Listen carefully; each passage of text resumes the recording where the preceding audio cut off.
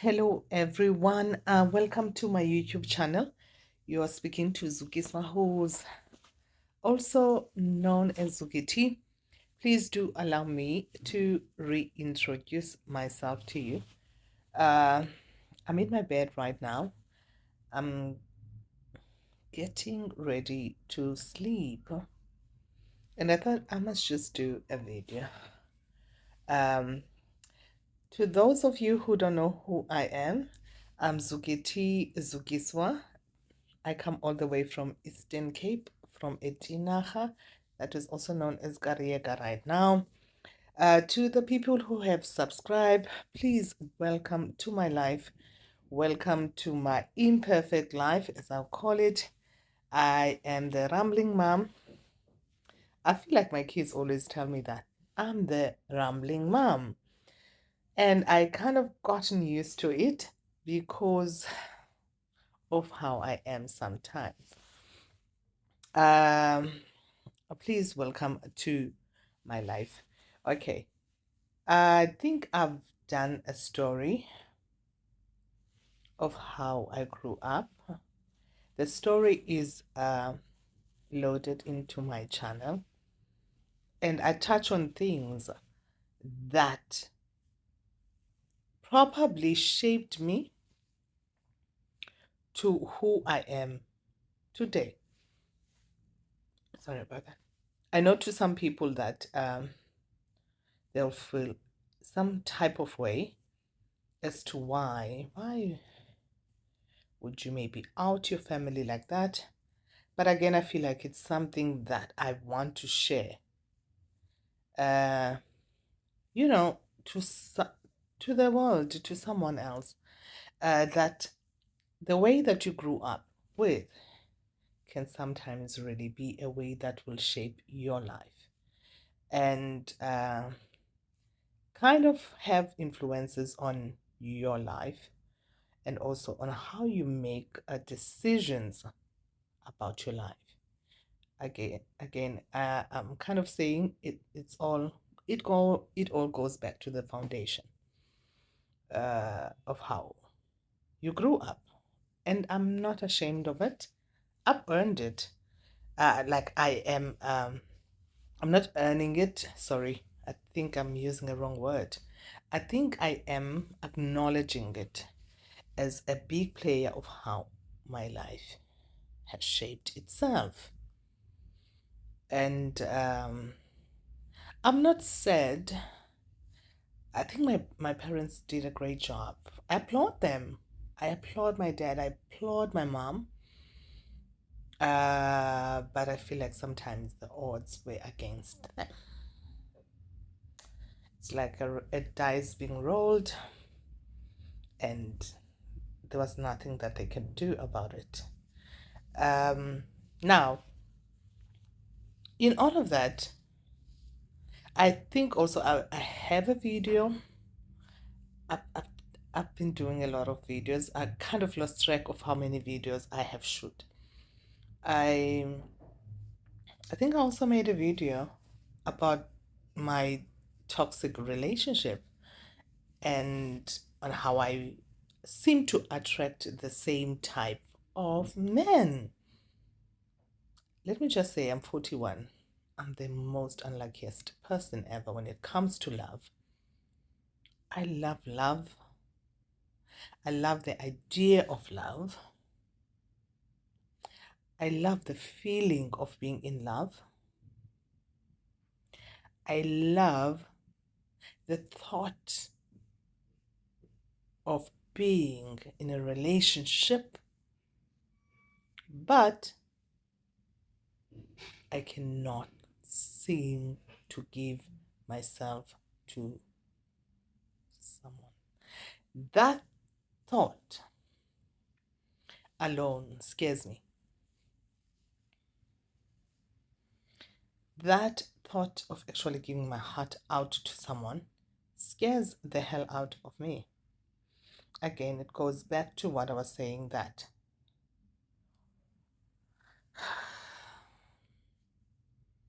the relationships that I've been in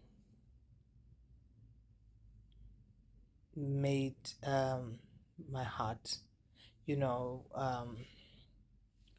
to, I don't know, how can I put it? Have made and put a dent on my heart to the point whereby my kids were the only thing that I was living for. For a longest period of time, I was just like moving in my own world, just focusing on my kids, trying to be a working mom, which is something that I'm very much grateful of, because if I didn't have that, what would Zukiswa be, you know? So sometimes having kids does help you, to kind of shift your focus on the type of relationships that you come from. Okay. I've never been one when I was growing up to um, be like in a short term relationship. I mean, all my lovers, if I think about it, all of my lovers were people that saw something. Like, I think that they saw something in me and they wanted maybe to, you know, be in a serious relationship with me from a get go. But in my heart of heart, I always knew that I never wanted anything serious. Again, the fear. So the fear didn't start now. The fear has always been there, but it's just that I will be so drawn into that person's life, and that will make me then kind of go with the flow.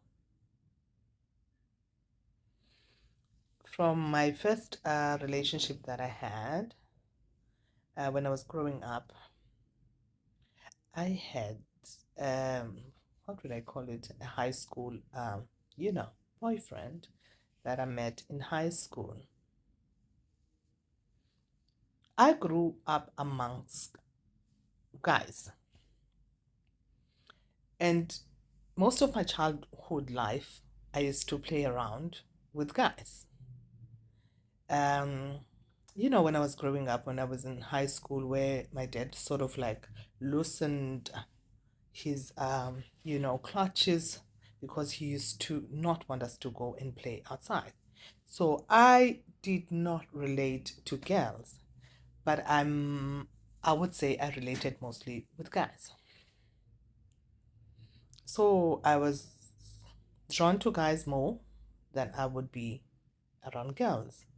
Because guys, you know how they are. Guys can be goofy. Guys can be, and I just wanted to know their code, like bro codes and stuff like that, just to learn on how the man mind works.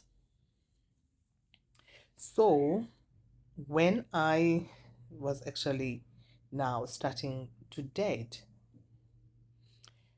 I would say my first boyfriend, when I was with him, I wasn't in it for it to be serious. Mm-mm. I was just in it, you know, to kind of go with the flow. But I saw from the get go that he just wanted me. And I think, ladies, one thing that you should learn is that I feel like men sometimes do not like it when they don't or don't have a hold on you. Men don't like that. I don't think men do like that.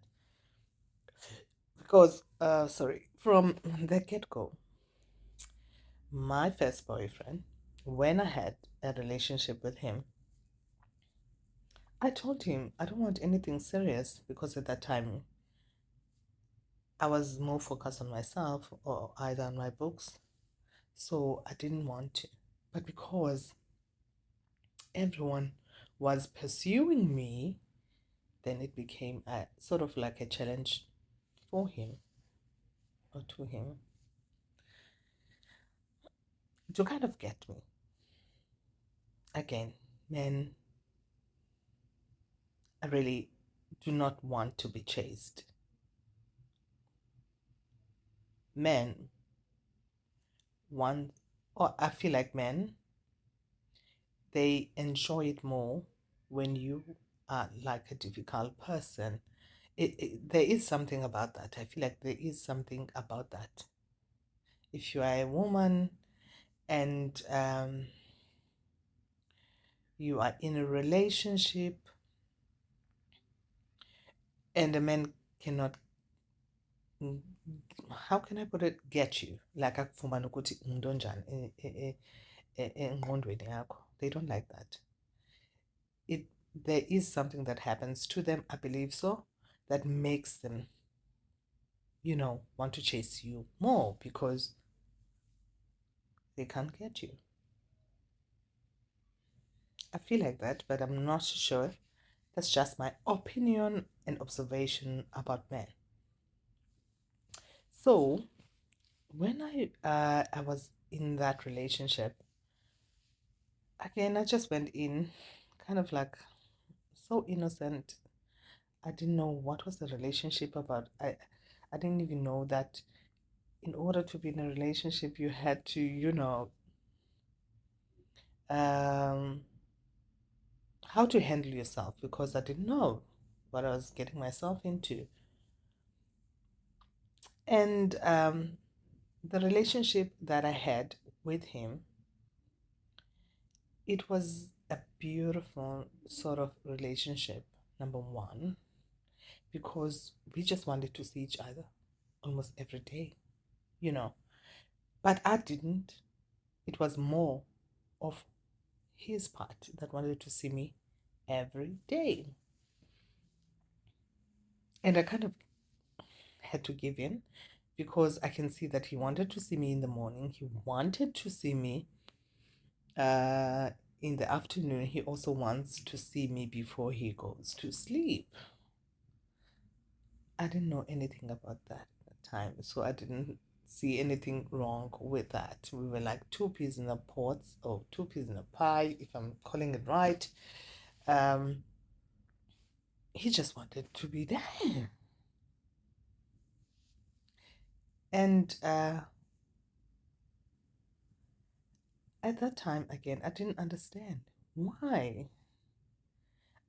I didn't see anything of any sort of a red flag. Do you see? Because we were just so, sort of smitten with each other. We wanted to be around each other.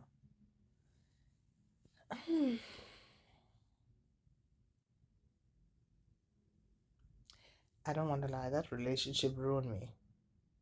First relationship like that ever ruined me. I didn't think he was sort of a possessive guy. No. My first love, a possessive guy. I mean, he wants to see me in the morning, he wants to see me in the afternoon, he also wants to see me in the evening. And before he goes to sleep, he will always come and check up on me. But you do realize that at the time, um, it was not something out of the norm for guys to date either girls. No, it wasn't. I think it was just something that was there. And if we live in the same neighborhood, you'd know definitely that girls will also want your guy. But at that time, I was like in my chill era. I'm like chill. I'm all cool vibes. I'm good. I'm all about me. You see, I was all about me at that time, so I didn't like be worried about stuff like that, or I have jealousy, or and I didn't see that that relationship was a toxic relationship, and it had red flags all over it.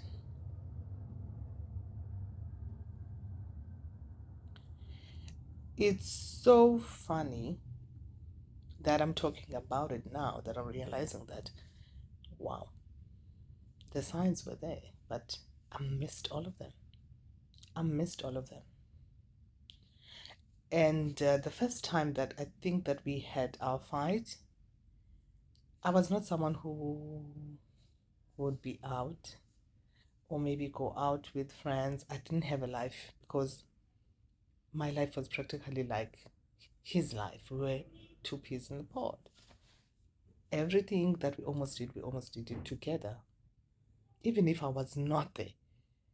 Ah, my lover will make sure to come and visit me and see me before the night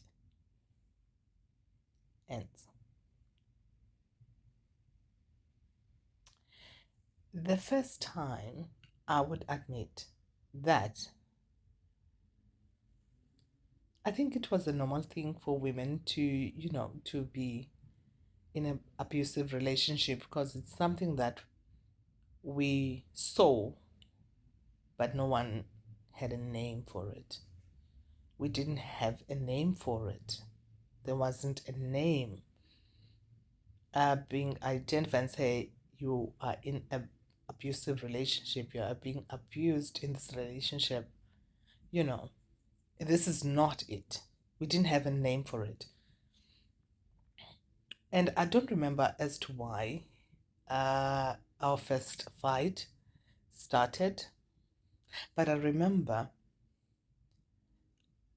him hitting me in my face. And I don't even remember what was the reason for that. Other than that, I think I wanted to break things off with him because it was just getting too much for me and I was suffocating in that relation. I was really suffocating in that relationship. I couldn't breathe. And so he didn't want to end things. So I think he hit me. What was it? A clap on my face. Then I started to bleed and I was wearing like a white jean.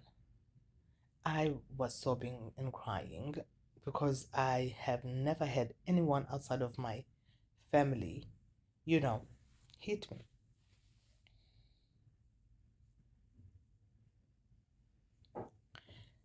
I don't want to lie. I was crying the whole time because I was shocked.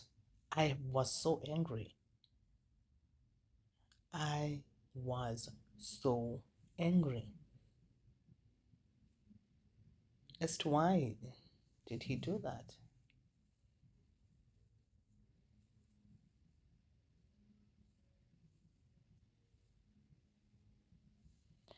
And then afterwards, I think it was in the night time, he came back and apologized. Do you understand those type of toxic relationship when someone will come back and, you know, I'm an angry person. I didn't mean to do this. Blah blah blah.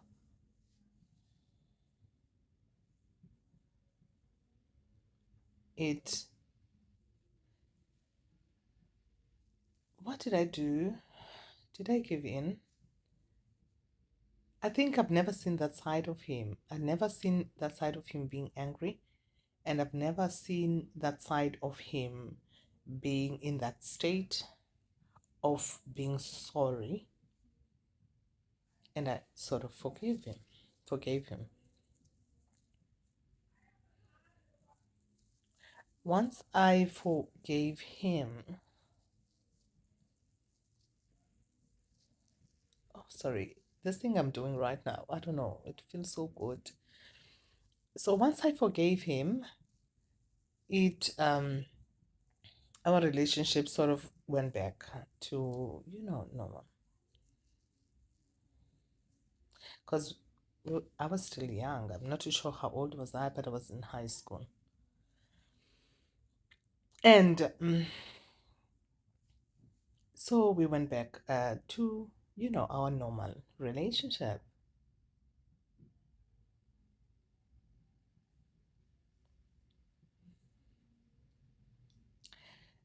And then they don't lie when they say that if a man hits you the first time, he will definitely do it the second time.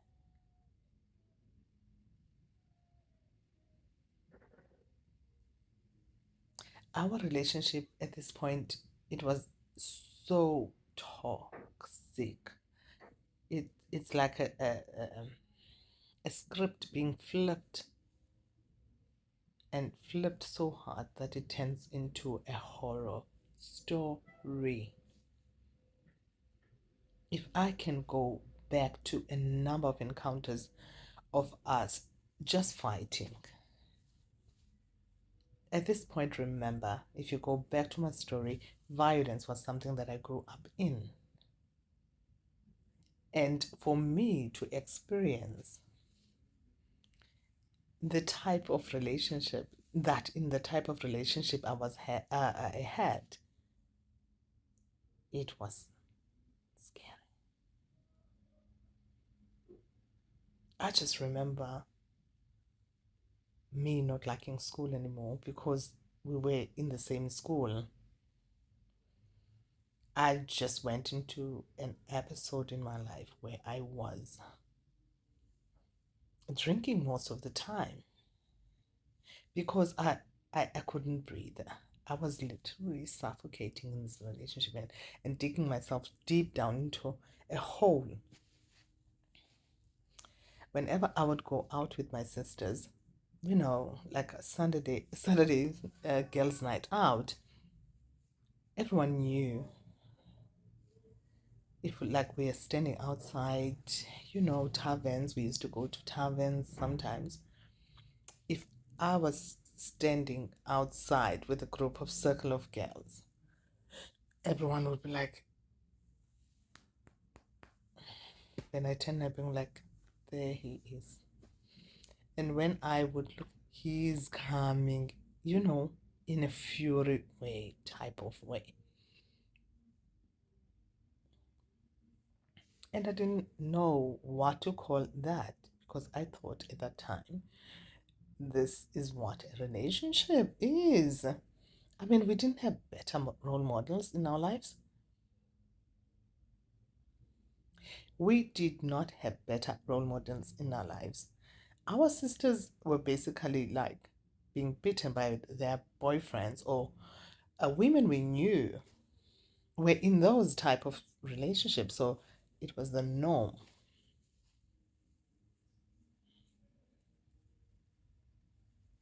So this is sort of a story time. It's turning into one.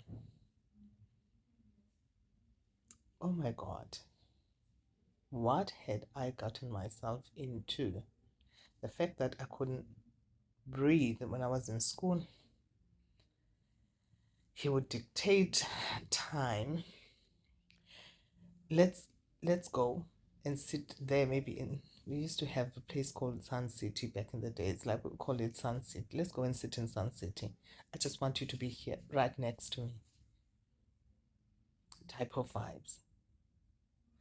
On some days I couldn't even breathe.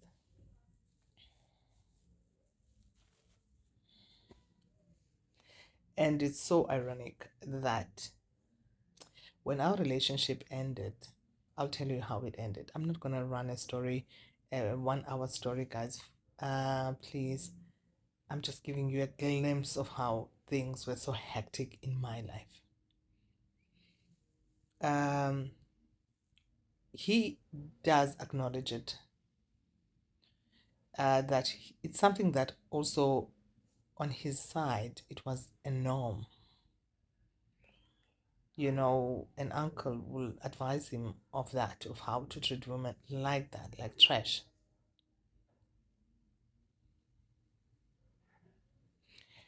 By the time that we were in this relationship together, I mean, we were in it.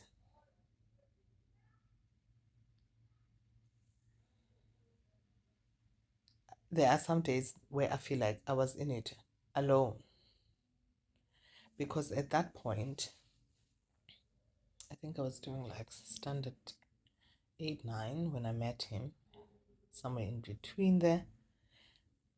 I feel like when I was in that relationship now alone,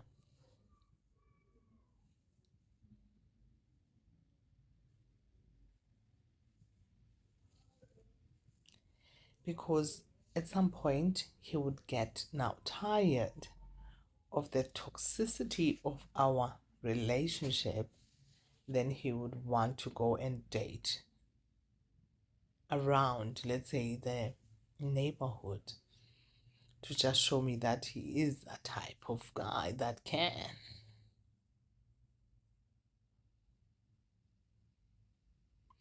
And the funny part is that,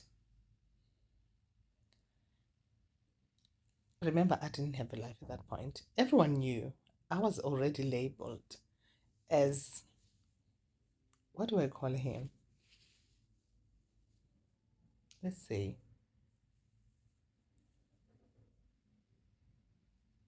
Let's say Tupac. He kind of gave me those vibes, you know those vibes, those type of vibes. Everyone sort of labeled me as his, girlfriend. So everyone sort of knew, no, you don't go there. You don't touch. You don't go there. He is blah, blah, blah. Girlfriend. Let's say Tupac. No, let's call him Pac. His girlfriend. I just want to say I didn't have a life at that point. I did not have any life. But he was busy rolling around the streets and being him. And whenever now I would confront him about the relationship that he was having, he would flip now. Like, why are you like that? I mean, I practically at that point didn't have a life because of him. But now he had a nerve to tell me, why are you like that? Why are you like that? Why are you behaving like that? Why are you behaving so ratchet? Let's say, let's call it so ratchet. Why are you like that? Why are you behaving like that? Our relationship at that point was so terrible. He was not only the abuser now in the relationship, I was fighting back. So this thing of fighting back has always now been in me, because at some point I get tired of people who think that they can, I'm a punching bag, and I will give it to you. So we were in that stormy relationship. And it's so sad to think about it, that if you are in that type of relationship, you've already lost yourself. You've lost your identity. You don't even know who you are anymore. So we were in that type of relationship.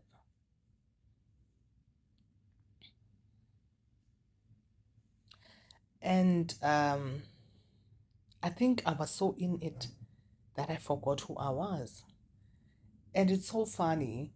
Even my friends knew that I was like sinking in deep. I was deep there in the hole. And they tried to be like, wake up, wake up. This is not it. This is not it. This could either, this could either end with one of you dead. But you know how it is with love. No one can tell you when to end it. Only you have the power to end it. And I don't want to lie, that I had a friend of mine who saw me spiraling. And to come now to think of it, that she was speaking to me, but I wasn't hearing anything she was saying to me. Everyone was sort of so tired now. At this point, everyone was so tired of us, of how toxic our relationship was.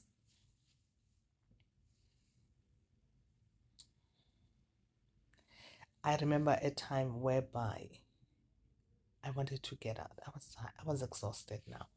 I was like so exhausted. So exhausted. I was tired, was in my end. I, I don't know how to put it. I was so and so tired. Um, I think I garnered courage and then told him that I wanted to end things with him. But he did not want to hear it. He did not want to hear it. And I had there was this period in my life, it was in December. I was contemplating, I was thinking of how I'm gonna get myself out of this relationship. There was an incident whereby I could not get out of my house for a whole week. Whole week. I could not get out. I was afraid because he was like, I'm gonna kill you. I'm gonna make sure that no one else gets you. And I knew he meant it. I knew he meant it. So for the whole week, I couldn't go outside. When I went to the shop, I would quickly run to the shop and come back to the house. I couldn't move. I was thinking of strategy of how am I gonna get out of this relationship that I have put myself into.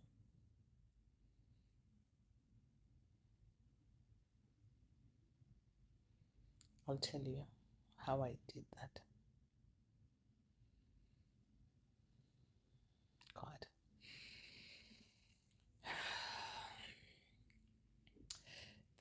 I think my dad had a van, Datsun van at that time. And I don't know, it was December time, it was a holiday time. Remember, I said I could not get out. And I don't know who, I had to go to the shop to buy fish oil. You know, those bottle of fish oil when the fish oil ended.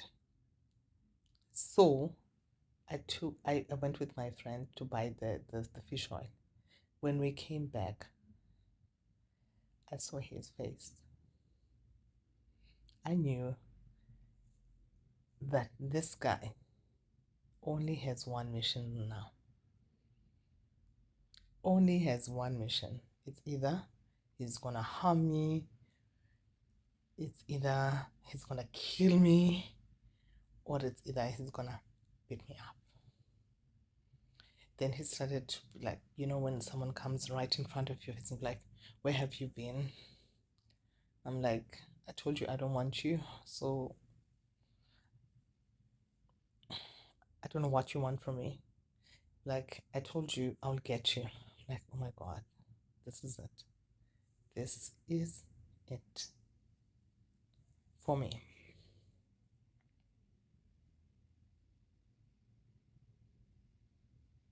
We have suffered, isn't it? We have really suffered. If anyone is strong as a woman, wow. This guy stood right in front of me and said, I told you, you cannot hide forever from me. I remember thinking to myself, okay, this is it. This is one of those fights whereby one of us is going to get hurt. I'm in. I'm done. I cannot be this afraid of him. So I told him, do whatever you want because at this point, I don't care. That's when I knew that I'm done.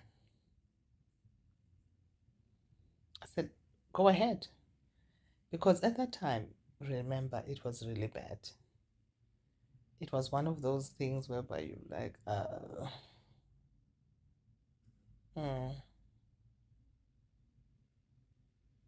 this is it. We fought.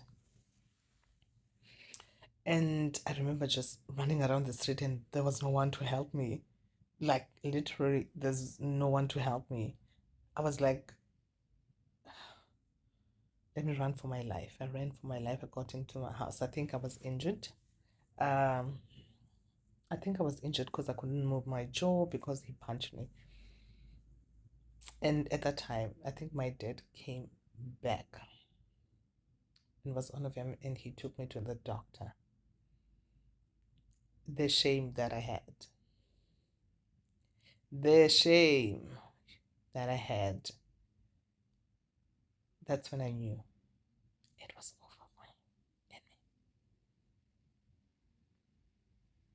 me. I knew it was over. So my dad took me to a doctor, and he was, wow. At that time, my dad, he was just a quiet, peaceful man. I don't know, there was something in him. He was like a changed man from what I knew when I was growing up. He was just a loving father at that point. God bless his soul. I just actually missed that part of him being that father, giving us that fatherly love, and he was just so focused on us at that point. The shame that I had, the shame of it all, the shame of it all. And after that, I made a decision. Remember, I was still contemplating on how I was going to do this thing because I knew he was going to come back. He was definitely going to come back. To him, we were not going to end like one of those stories where we break up and everyone is free, unless one of us went to the police and did a protection order and all of that. So I came back and I ran a story because I didn't knew that you can go to the police and do a protection. I didn't know those things. I didn't know there were things like that. And I said, I'm going to go to the police and have him arrested. Then he ran away that weekend. And then I went back to my shell, went back to my house. I was in hiding. Wow. I was in hiding.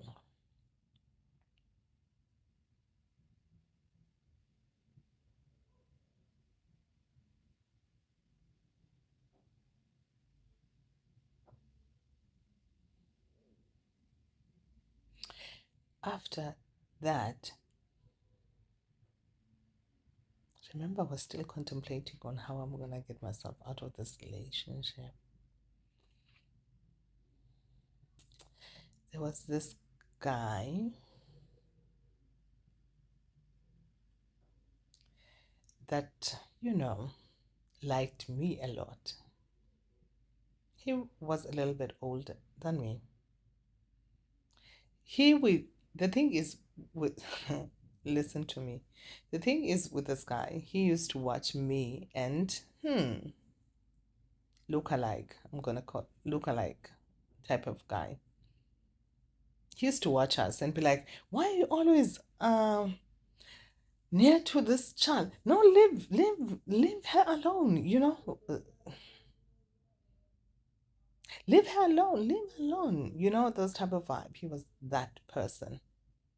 And at that time we'd laugh it off because we were kids, and then I didn't take anything, I didn't take him serious also at that time because I was just like igloo to the other one. So I thought to myself, okay, at least this guy has a reputation,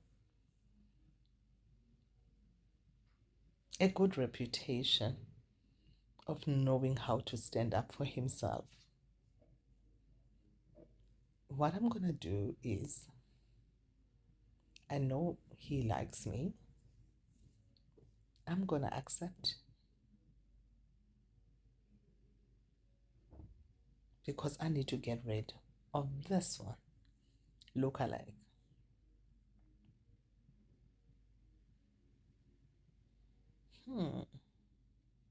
I was a girl with a plan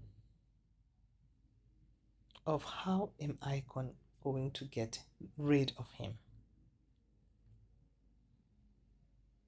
So I started to see this guy on the low, on the low. But I knew that things would eventually get out because news travel fast. we're a small community, so there's not much, you know, that can be done. Everyone is bound to find out. And also, the way that we were doing things, it was not like now. We were hiding it. And I don't want to lie, I enjoyed myself in that relationship. I would say my getaway relationship, because I understood that I was appreciated. I understood that this guy was very matured, and this guy was showing me a different life other than the life that I've known. And I kind of like that feeling a lot. But remember, Ulukalike was still in hiding, and he came back. And he heard that I was busy with, I would call him Mr.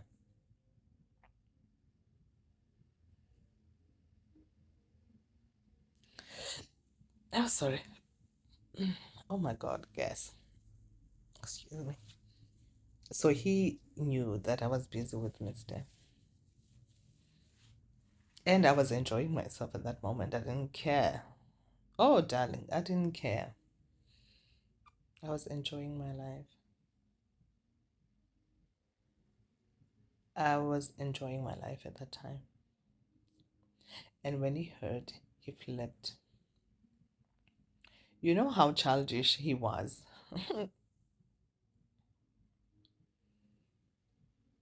He came back. I think it was a Sunday. It was like on a Sunday evening. He came and knocked in my house. I had not seen him in a while. So he heard that I was in this relationship with Mr. So he came knocking. At that point, I didn't care. Remember, we already had that big fight. So I had made my intentions very clear that where he's standing, that I was out. So he came with a girlfriend. Look how childish he was. Knocked. I opened the door, greeted this girl and him, and said, "Hi, how are you?" Because I was in my cool era. I was like, I'm in my cool era. I don't care. I said, "Hi, how are you?" I said, "I'm good." I said, "Okay, what brings you guys here?" Then he says to me, a narcissist in the making. Um, this is my girlfriend. Just think of it. This is my girlfriend. I've been in love with my girlfriend the whole time I was in a relationship with you. Okay. I'm like, okay.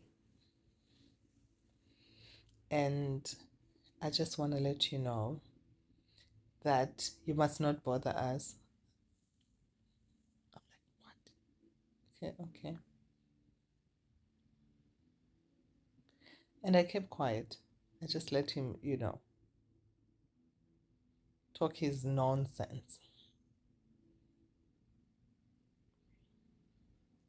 And I said, okay, if that's the case, I wish you all the best, in your life. And I hope you are happy wherever you are going. And he got angry. Remember now, there's this poor girl that he brought to me.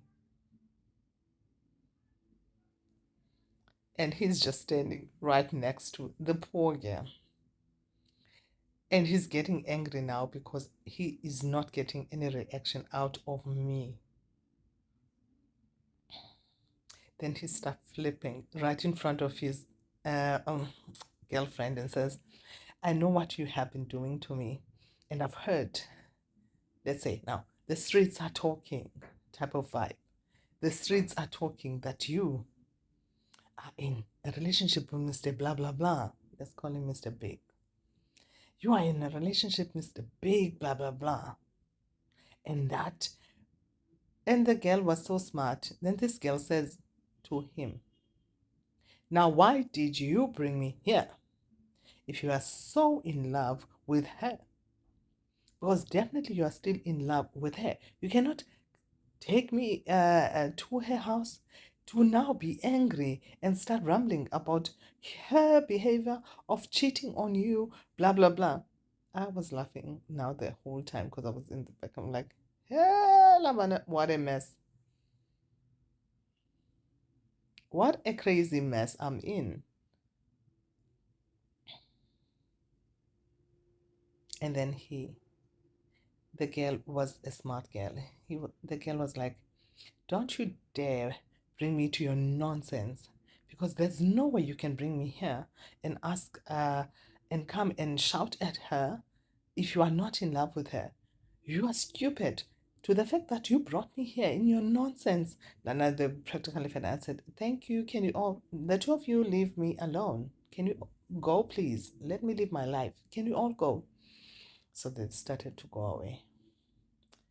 Late in the evening, oh my God, he came back crying in my window now.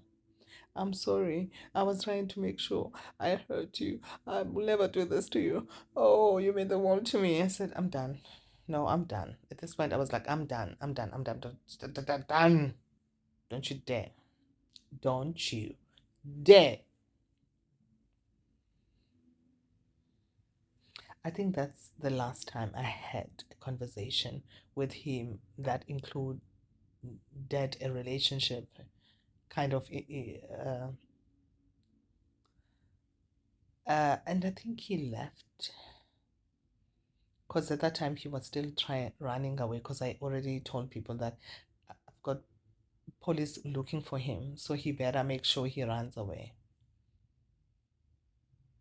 He ran away, definitely. Guys, uh I hope this story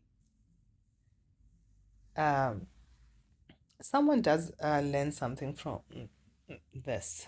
Number one, I hope someone does learn something out of this, that sometimes the way we grew up does shape us. It does really shape us.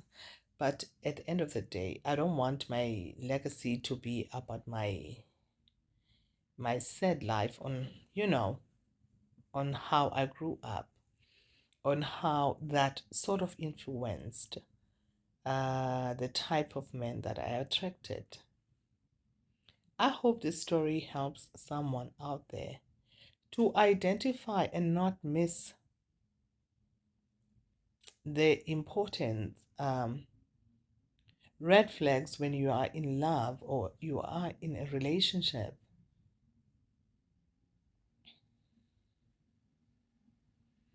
And to the fact that I think that I attract the same type of man. It says a lot about the foundation of how I grew up.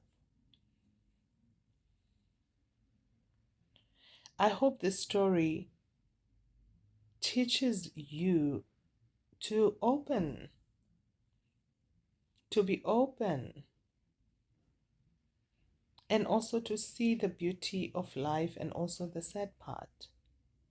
And I don't want to lie, I've learned a lot from how I grew up, and I'm glad I'm able to talk about it, because I feel like it's a message that I want to send out to someone else out there who is in that type of relationship. Try to get out. Listen to people. When they tell you to get out, please do that as soon as possible, so that you do not get and dwell um, on the past, but look more on what the future has for you. Please do please do follow and subscribe to my channel. I'm just an easy person Um, Hope these stories educate someone. Remember, I'm on a journey of learning about me, and I love the fact that now I can talk about these stories without feeling that cringe, without having that cringe on my mind that, oh my God, I went through that, I've suffered. No, I have not suffered. I've walked through life, I've experienced life, and I'm glad that I made it out. I made it out. And some other women don't have an opportunity to make uh, out. But I'm glad I make it out. I made it out. I made it out. I needed to use my brain to make it out. This is Zuki Swatembane, who's also known as Zuki T. Please do follow, like, and comment and subscribe to my channel. Uh, it's a rambling mom with her stories, and remember, I've got story for days. Because I feel like sometimes the reason why I open up this channel, I feel like people, when I look at people, especially people I am around with who know who I am, they do know these stories. And I know some of them know a different version of the story that I might be telling you today. And I want to tell my story using my voice. I want to tell my stories. Um, and then you can see who really I am. I'm not too sure whether it will work or not. But anyway, I'm just, in the moment of just learning and layering some pages of my life. Please, people, the reason why I'm doing stories like this is just that I don't want to not bring out content in my channel. This is my safe space. And I don't want to lie, this channel has helped me a lot to learn and new things about me and to be open-minded and to be, unearthing who's the real Zukiswa. What makes her happy? Uh, what really drives me? And I love the feeling that I'm in. The problem is I cannot shoot during the day. There's too much noise where I stay, so I prefer at least shooting in the night. And then obviously in the night it's a little bit less noise. Again, this is Zukiswa. It's a Thursday. It's Thursday today. What's the time? I think it's going to be 10:10. And I'm gonna sleep right after the story. I love doing this stories, and I hope someone learns from them. Enjoy. Good night. Bye.